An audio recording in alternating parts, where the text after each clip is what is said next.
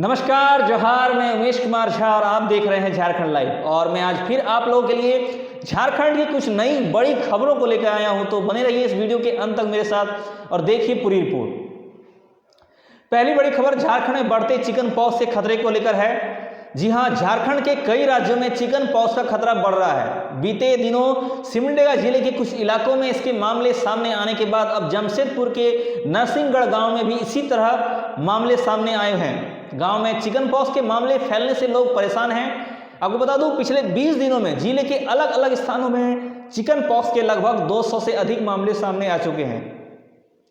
इसको लेकर civil surgeon doctor Jujhar Manjhi ने लोगों से अपील की कि चिकन पॉक्स होने के बाद वे झाड़ फूक के चक्कर में ना पड़ें, डॉक्टर से इसका इलाज करवाएं।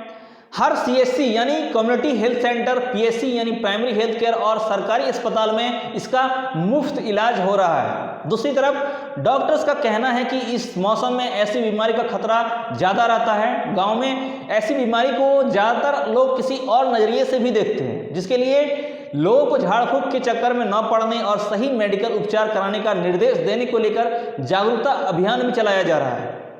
उन्होंने कहा कि गांव में अक्सर लोग झाड़ फूक के चक्कर में फंसते हैं, जिससे इसका असर और बढ़ जाता है। बदलते मौसम की वजह से कई इलाकों में चिकन पॉक्स बीमारी होती है। जिला सर्विलांस विभाग के अनुसार अब तक जितने भी चिकन पॉक्स के मामले आए हैं, उन मरीजों की उम्र सीमा 5 से लेकर 30 वर्ष तक की है। इसके लक्षण बताए जाते हैं कि मरीजों को बुखार आता है, उल्टी और कमजोरी होती है। इसके साथ ही पूरे शरीर में फोड़े निकलने शुरू हो जाते हैं। मरीज के शरीर में तेज दर्द होता है, लाल दाने निकलने लगते हैं जिसमें पानी भर जाता है। आपको बता दूं, जिन्हें चिकन पॉक्स होता है उन्हें अलग रहने की जरूरत होती है, क्योंकि यह दूसरे लोगों तक फैलने वाली बीमारी है। जिले में बीते 20 दिनों में चिकन पॉक्स से कई लोग संक्रमित हो चुके हैं। इससे पहले पोटका के मात्र 3 टोले में एक साथ चिकन पॉक्स फैला था, जिससे 70 लोग संक्रमित हो गए थे। अगली बड़ी खबर झारखंड के धनबाद से है। गर्मी बढ़ने के साथ ही धनबाद में जल संकट की समस्या शुरू हो गई है। धनबाद में 19 जल मीनार से शहरी क्षेत्र की 4.5 लाख की आबादी की प्यास बुझाई जाती है। इस गर्मी लोगों को किसी तरह की समस्या ना हो और समय पर पानी मिले, इसके लिए धनबाद नगर निगम ने टोल फ्री और व्हाट्सएप नंबर जारी किया है। पानी की किसी भी तरह की समस्या होने पर टोल फ्री नंबर 1800890416 पर आप फोन कर सकेंगे। इसी तरह व्हाट्सएप नंबर 6200101006 पर भी समस्या से संबंधित जानकारी मैसेज करने पर शहरवासियों की शिकायत दर्ज कर समस्या निवारण की प्रक्रिया शुरू कर दी जाएगी। नगर आयुक्त सत्येंद्र कुमार ने गर्मी की तैयारी को लेकर बताया कि मैथन इंटरवल से शहरी जलापूर्ति करने के लिए 50 से 55 mld यानी मिलियन लीटर पर डे पानी आता है। इसे बढ़ाकर प्रतिदिन 60 mld पानी देने का निर्देश पेयजल विभाग को दिया गया है। इस अतिरिक्त 5 मिलीलीटर पर डे mld अतिरिक्त पानी का भुगतान नगर निगम अपने आंतरिक सोर्स से करेगी। आपको बता दूं, नगर निगम के पास फिलहाल 5000 से 9000 लीटर के 25 टैंकर हैं। इसके साथ ही जलापूर्ति योजना पर काम कर रही एजेंसियां एलडीटी, जुडिको, श्रीराम ईपीसी एवं जेएमसी को भी 3-3 पानी की टैंकर देने का निर्देश दिया गया है, ताकि कहीं भी पानी की कोई समस्या न हो। नगर निगम के सिंदरी अंचल में 3, कुटकी और धनबाद में 1-1 पानी फिलिंग पॉइंट है। नगर का अपना 10 बोरिंग है और जलापूर्ति की समस्या होने पर यहां से जलापूर्ति की जाएगी।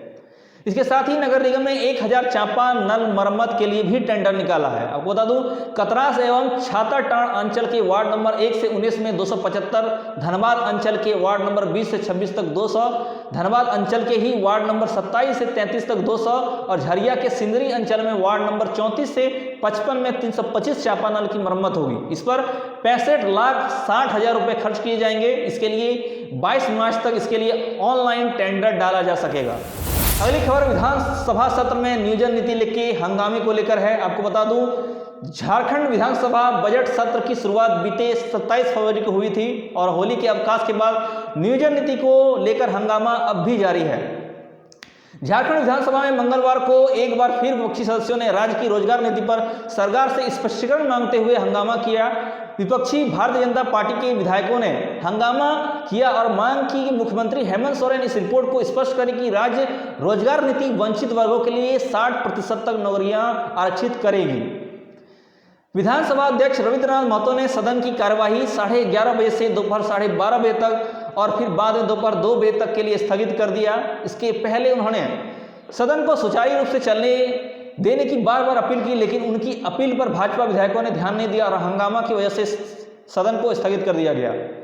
सुबह 11 बजे सदन की कार्रवाई शुरू होने से भगवा टी शर्ट पहने भगवा पार्टी के विधायकों ने 60-40 की नीति स्वीकार नहीं होगा बैनर के कई नीतियों के साथ विरोध करते हुए विधानसभा के बाहर प्रदर्शन किया।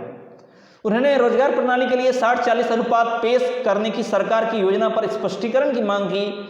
मीडिया रिपोर्ट में दावा किया गया है कि नई नीति के तहत 60% सीटें विभिन्न वंचित श्रेणियों के लिए आरक्षित होंगी, जबकि 40% सीटें सभी के लिए खुली रहेंगी। संसदीय कार्य मंत्री आलमीर आलम ने कहा कि सरकार युवाओं को उम्र में छूट देने पर भी विचार कर रही है। असंतुष्ट भाजपा विधायकों ने कहा कि वे इस मुद्दे पर मुख्यमंत्री हेमंत सोरेन से जवाब चाहते हैं। विधायकों ने कहा कि नीति में स्पष्टता का अभाव है और सरकार को रोजगार देने का कोई इरादा नहीं है। भाजपा विधायक मनीष जायसवाल ने कहा कि कैबिनेट ने इस फैसले करने के बजाय नीति को पहले सदन में लाया जाना चाहिए था। दोपहर करीब 12:30 बजे सदन की कार्यवाही दोबारा शुरू होने पर भाजपा विधायक नीलकंठ सिंह मुंडा ने मुख्यमंत्री से 1932 खातियान आधारित नीति की स्थिति पर जवाब मांगा। मुंडा ने कहा कि सरकार को बताना चाहिए कि 1932 की नीति को क्या हुआ, 2016 से पहले की भर्ती की नीति क्या है और 60-40 क्या है। भाजपा चाहती है कि मुख्यमंत्री इस पर जवाब दें।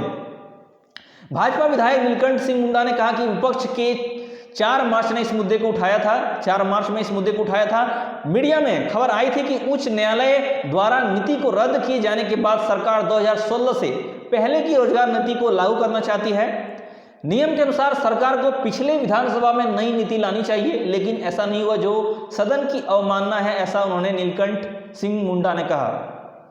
आज भी पिछले दिनों की तरह विधानसभा के बाहर सरकार की नियोजन नीति को लेकर भाजपा विधायकों का हंगामा जारी रहा है और हाथ में तख्तियां लेकर राज्य सरकार के खिलाफ खूब नारेबाजी की जा रही है। इतना ही नहीं, भाजपा विधायक वेल में भी घुस गए हैं। 60-40 नए चलतो, बांग्लादेशी नए चलतों के नारे लगाए जा रहे हैं।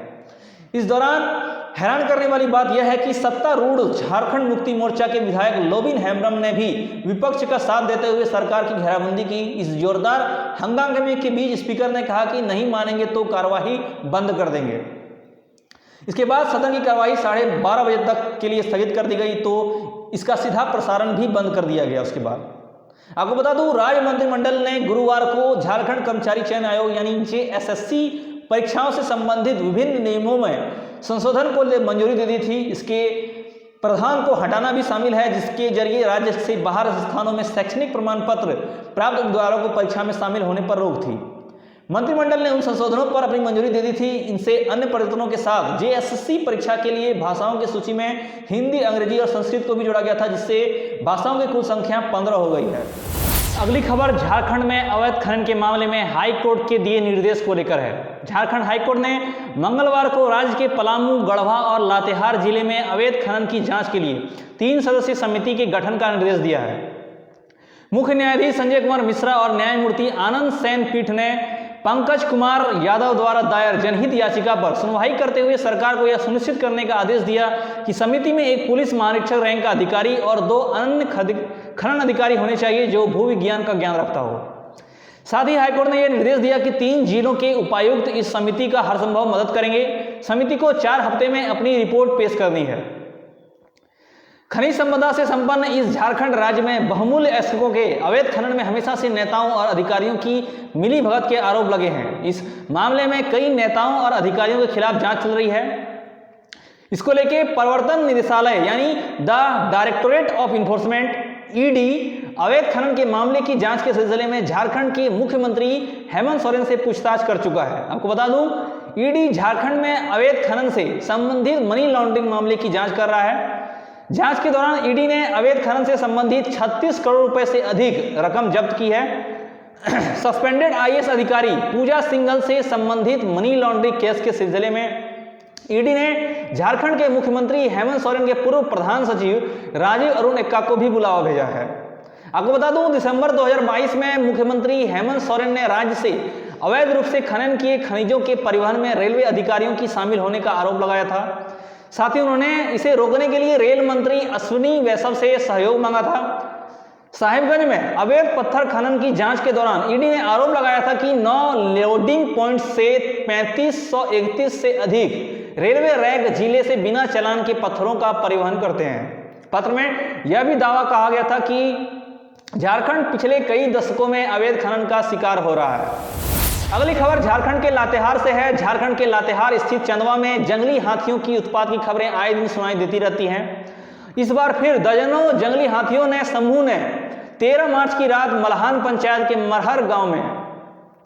मरमर गांव में दर्जनों किसानों के खेतों में लगी गेहूं, चना, मटर, टमाटर व आलू के फसल को चट करने के साथ बर्बाद कर दिया। इसके अलावा हाथियों ने भोला मुंडा के घर को क्षतिग्रस्त कर दिया। आपको बता दूं, कुछ दिन पूर्व जंगली हाथियों ने समूह के चकला पंचायत के तूरी सूद गांव में भी उत्पात मचाया था।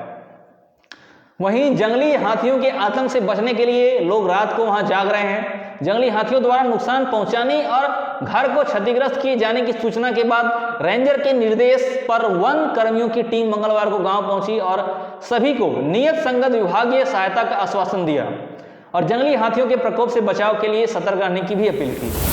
अगली खबर एनआईए के छापेमारी की है, जो पूर्व बीजेपी विधायक से जुड़ी हुई है। एनआईए ने झारखंड में 8 जगहों पर छापेमारी की। यह छापेमारी पूर्व भाजपा विधायक गुरुचरण नायक पर हुए नक्सली हमले के मामले में की गई है।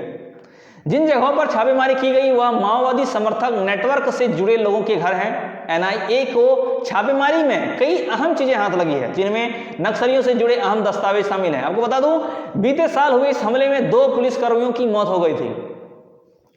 एनआईए के प्रवक्ता ने बताया कि सभी 8 संदिग्धों के यहाँ छापेमारी की गई। साथ ही बताया कि माओवादियों को जिस टीम ने पूर्व भाजपा विधायक पर हमला किया था, उस लॉजिस्टिक मदद और अन्य सहायता भी इन्हीं लोगों ने दी थी।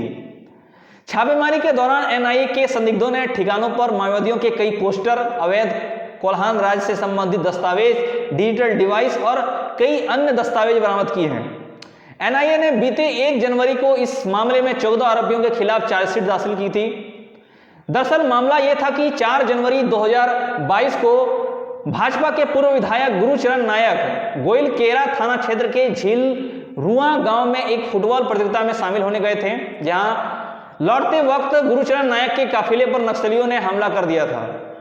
इस हमले में गुरुचरण नायक किसी तरह तो जान बचाकर भागने में सफल हो गए थे, लेकिन उसके 2 सुरक्षाकर्मी इस हमले में मारे गए थे। भाजपा के पूर्व विधायक पर हमले को लेकर झारखंड की राजनीति खूब गरमाई थी और भाजपा ने जगह जगह पर हेमंत सरकार को खिलाफ प्रदर्शन भी किया था। फिलहाल के लिए इतना ही। हम आगे आपसे फिर मिलेंगे नई खबरों के साथ, और यूं ही झारखंड की हर खबरों से जुड़े रहने के लिए देखते रहिए झारखंड लाइव। और आप अगर आप नए हैं तो सब्सक्राइब कर लीजिए झारखंड लाइव। धन्यवाद।